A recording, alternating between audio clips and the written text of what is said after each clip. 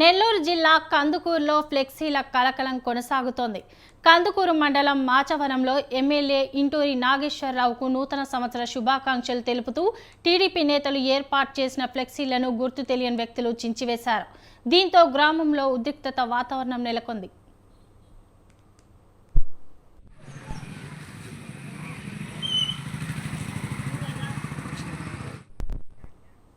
3 రోజుల క్రితం కందుకూరు ఎమ్మెల్యే ఇంటూరి నాగేశ్వరరావుకు నూతన సంవత్సర శుభాకాంక్షలు తెలుపుతూ అభిమానులు ఫ్లెక్సీలు ఏర్పాటు చేశారు. అయితే ఆ ఫ్లెక్సీలను గుర్తు తెలియని వ్యక్తులు చించివేశారు. దీంతో టీడీపీ నేతలు పోలీసులకు ఫిర్యాదు చేశారు. అనంతరం మరోసారి గ్రామంలో టీడీపీ నేతలు ఫ్లెక్సీలు ఏర్పాటు చేశారు. రాత్రి గుర్తుకు తెలియని వ్యక్తులు వాటిని కూడా చించివేశారు. వైసీపీ ఫ్లెక్సీలను మాత్రం కదిలించలేదు. దీంతో స్థానిక టీడీపీ నేతలు పోలీసులకు ఫిర్యాదు చేశారు. కందుకూరు మండలం మాచవరం మాజీ మంత్రి మానుగుంట మహిధర్ రెడ్డి స్వగ్రామం.